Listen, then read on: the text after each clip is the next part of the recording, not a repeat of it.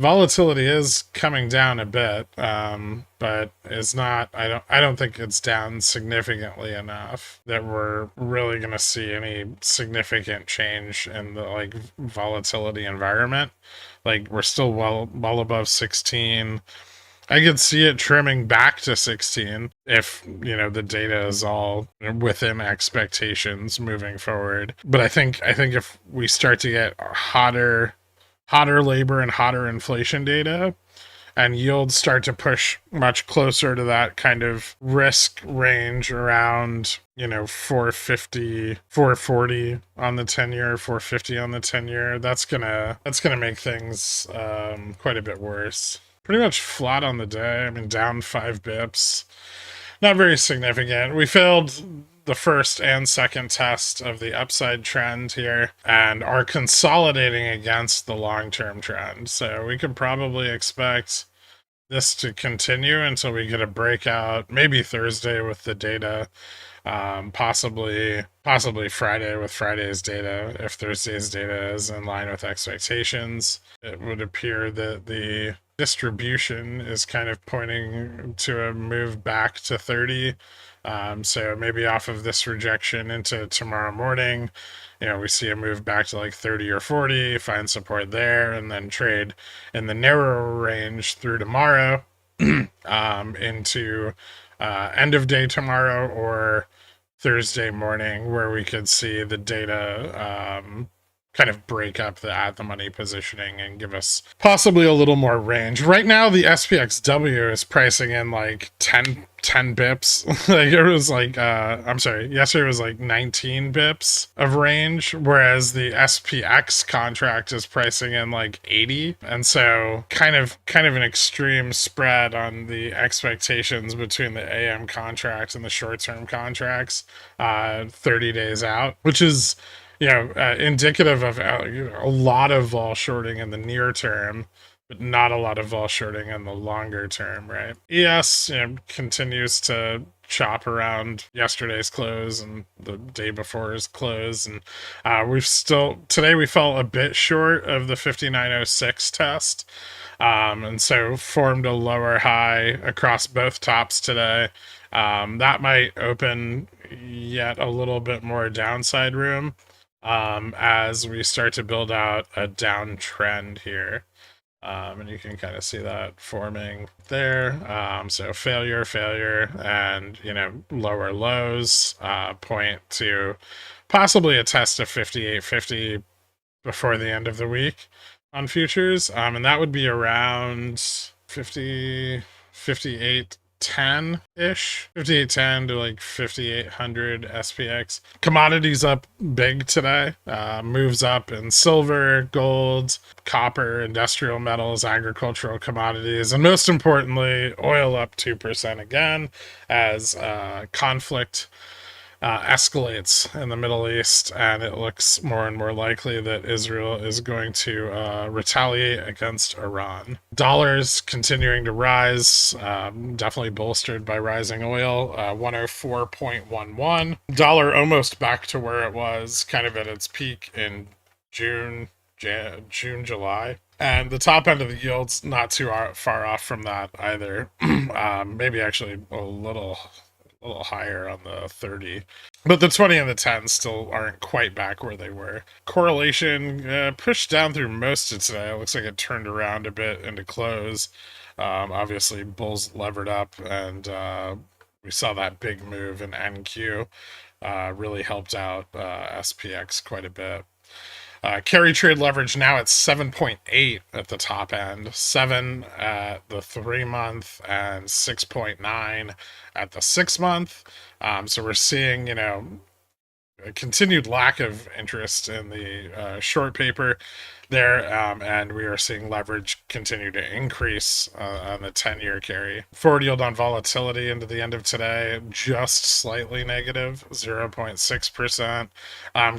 Keeping this in check has been a problem for the short vol positioning. They want to keep the forward yield on volatility down because that discourages people from going long vol and taking long vol positioning. But when they let it slip back to positive, everyone wants to go long vol again, and that pressures out the short vol they've already sold. So, the continued selling to push that curve down, or that forward yield down, is ideal for anybody who is currently short vol or selling the tails.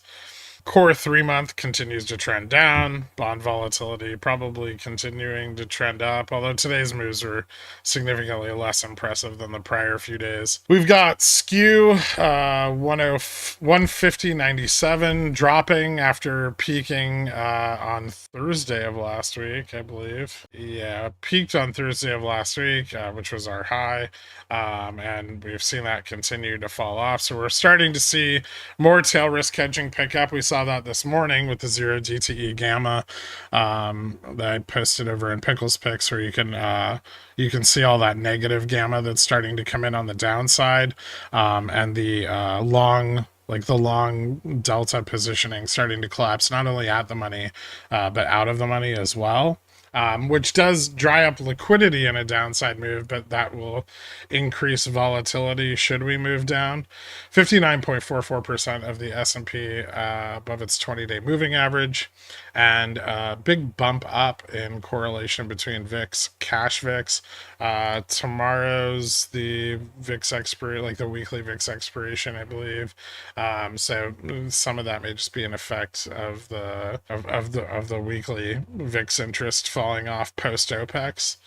And then we'll obviously see what kind of repositioning we see on vol into the back half of this week. And we may see, long vol just come back in size, right? Fed funds futures out into June, pricing in 0.83, so a little bit of a decline there as it becomes less and less likely that we see another Fed cut this year. And the 210 spread pretty flat over the last couple of days. Not too big of a change yesterday or today. Out here on our ascending wedge that we've been watching for technicals, we did fail the wedge today. We bounced back and retested the trend.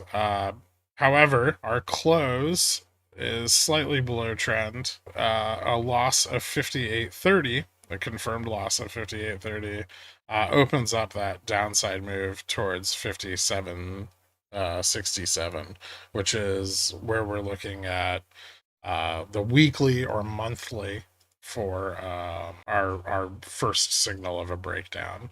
So this 57.67 level, this would be where we confirm that this has topped, right? And then that opens up the much larger downside move to 69, 70, 55.20, 54.46, right? And those levels where we start to see CTAs selling, which I believe here is going to be around 56.69 on the down tape. That's about our 2 standard deviation from spot, roughly. So I think we could expect to see CTAs become net sellers here, and that would drive a further correction should we test those levels. Did PAX get smashed from its uptrend? I don't know. It got rejected a bit at 1160.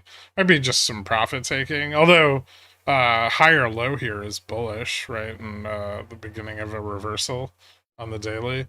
This isn't going to do well with the dollar doing what it's doing right now. As the dollar starts to fall, we'll probably see improved performance. They've also spent a shitload of money on investments over the last couple of quarters, and so I mean a lot of that drawdown in their cash on hand is being met with a decline in their equity price, which is great if you're bullish on PAX, not so great if you're not. But I think the dividend of eight and almost 8.25% probably makes up a little bit for the 11% drawdown or so, and that alongside with DCA mostly covers any concern there. I am on drip, so I'm buying in line with the dividends that are coming in, and I will keep it on drip at any price under 14.